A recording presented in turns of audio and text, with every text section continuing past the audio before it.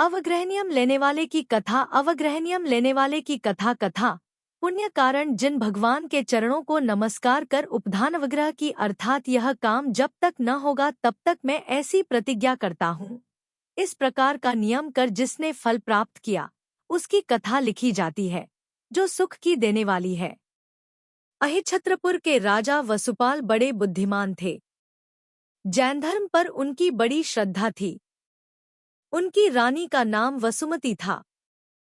वसुमती भी अपने स्वामी के अनुरूप बुद्धिमती और धर्म से प्रेम करने वाली थी। वसुपाल ने एक बड़ा ही विशाल और सुंदर सहस्त्रकूट नाम का जिन मंदिर बनवाया।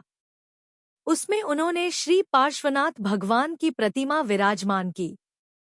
राजा ने प्रतिमा पर लेप चढ़ाने को एक अच्छे होशियार चित्रकार को बुलाया और प्रतिमा पर लेप चढ़ाने को उससे कहा। राजाज्ञा पाकर चित्रकार ने प्रतिमा पर बहुत सुंदरता से लेप चढ़ाया, पर रात होने पर वह लेप प्रतिमा पर से गिर पड़ा। दूसरे दिन फिर ऐसा ही किया गया। रात में वह गिर पड़ा।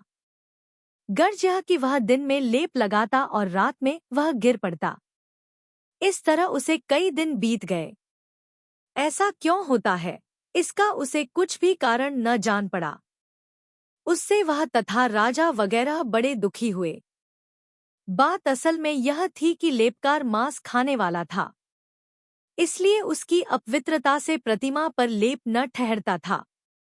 तब उस लेपकार को एक मुनि द्वारा ज्ञान हुआ कि प्रतिमा अतिशय वाली है, कोरी शासन देवी या देव उसकी रक्षा में सदा नियुक्त रहते हैं, इसलिए जब तक यह कार्य पूरा हो तब तक तुझे मांस के न खाने का व्रत लेना चाहिए। लेपकार ने वैसा ही किया।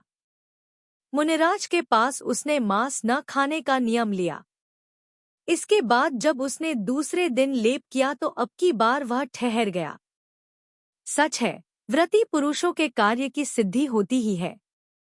तब राजा ने अच्छे अच्छे वस्त्राभूषण देकर चित्रकार का बड़ा आदर सत्कार किया। जिस तरह इस लेपकार ने अपने कार्य की सिद्धि के लिए नियम किया, उसी प्रकार और लोगों को तथा मुनियों को भी ज्ञान प्रचार, शासन प्रभावना आदि कामों में अवग्रह या प्रतिमा करना चाहिए। वह जिनेंद्र भगवान का उपदेश किया ज्ञानरूपी समुद्र मुझे भी केवल ज्ञानी सर्वज्ञ बनावे, जो अत्यंत पवित्र साधुओं द्वारा आत्मसुख की प्राप्ति के लिए सेवन किया जाता है, और देव, विद्याधर, चक्रवर्ती आदि बड़े बड़े महापुरुष जिसे भक्ति से पूजते हैं।